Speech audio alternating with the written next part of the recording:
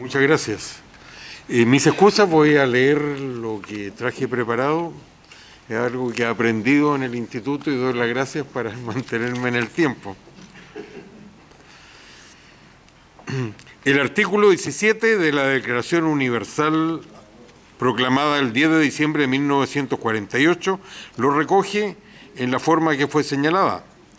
que la propiedad es un derecho humano y toda persona tiene derecho a la propiedad individual y colectivamente, y nadie será privado arbitrariamente de su propiedad. E hicieron bien los organizadores al citar este artículo, ya que la presencia de la propiedad como derecho humano no es tan difundida como los otros contenidos de la Declaración Universal. Con posterioridad, quienes participaron, incluyendo al principal redactor, el jurista francés René Cassin, un ejemplo de precisión y aporte civilizatorio, explicaron tres cosas. Primero, si quedó escrita como quedó, y para entender a esta redacción, es porque como consecuencia de la Segunda Guerra Mundial y sobre todo del Holocausto, debido a un tema que ha seguido presente en muchos juicios a través del mundo,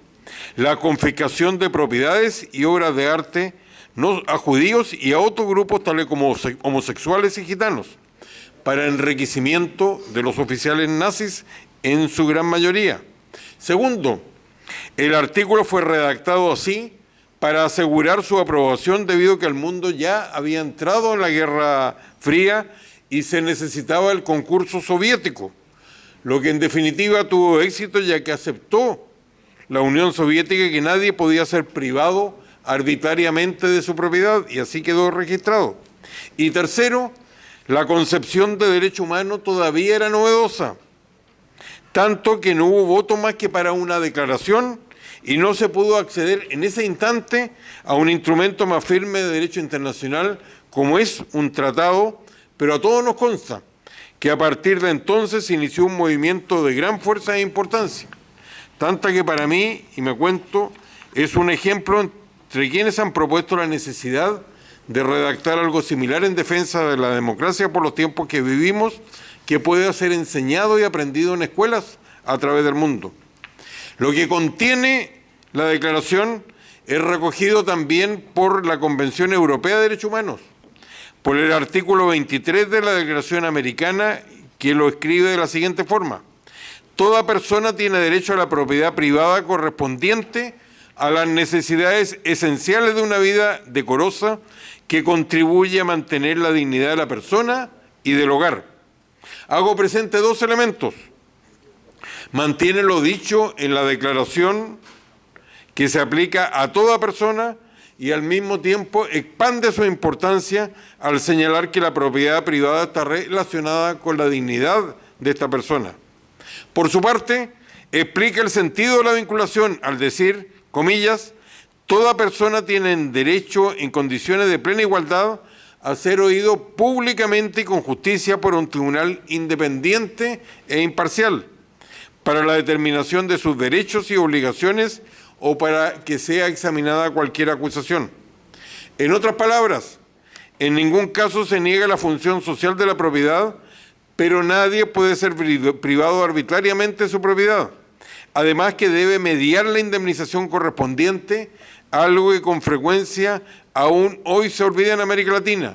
no solo por el castrochavismo, sino por esa deformación de la democracia llamada populismo, donde nuestra región tiene probablemente más experiencia que ninguna otra del mundo, tanto en su variante de izquierda como de derecha. Existen tanto normas de derecho internacional como un cuerpo que ha crecido de jurisprudencia nacional e internacional que permite concluir con seguridad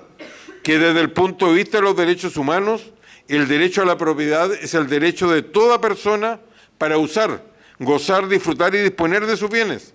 de acuerdo con la ley, y aunque lo olviden algunos o muchos gobernantes, ese derecho debe ser protegido por el Estado, por lo que nadie debiera ser privado de sus bienes, sino después de un juicio que cumpla con las formalidades esenciales del debido proceso, es decir, un tribunal independiente para evitar el abuso. Por su parte, la bilateralidad obliga a escuchar y ponderar los derechos de los afectados.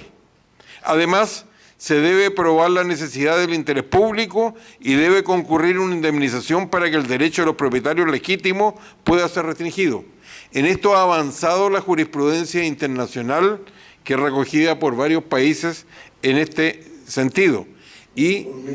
ha determinado algo importante: de nada sirve el derecho si no hay una circunstancia para protegerla. Además, tal como ocurre todavía con obras de arte, los herederos de los abusados pueden reclamar la legítima propiedad incluso desde un tercer país, y aunque esas obras estén, por ejemplo, en un museo, ya que el transcurso del tiempo jamás puede transformar en legítimo lo que por definición no lo es, al ser fruto de la arbitrariedad y el abuso.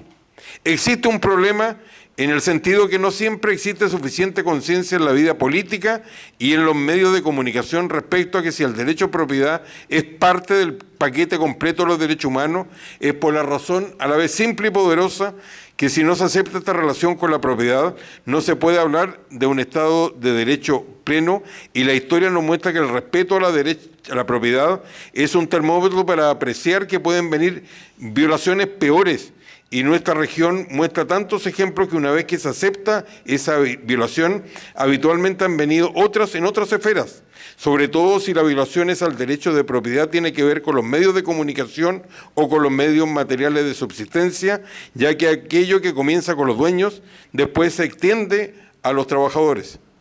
Como conclusión, cuando se ve la interdependencia intrínseca que existe en la propiedad y los derechos humanos, ya que hay tantos ejemplos que lo que se inicia contra algunos, al no observarse la dignidad de toda persona, termina en definitiva forzando la emigración masiva, como lo han demostrado Cuba y Venezuela, o como lo señalaron los autores, y con esto termino, de la Declaración Universal. La razón por la cual figura la propiedad, lo dijeron los autores después como derecho humano, es que en la solución final de Hitler no solo hubo holocausto para judíos, genocidio para otros, sino también robo masivo y organizado. Muchas gracias. Muchas gracias.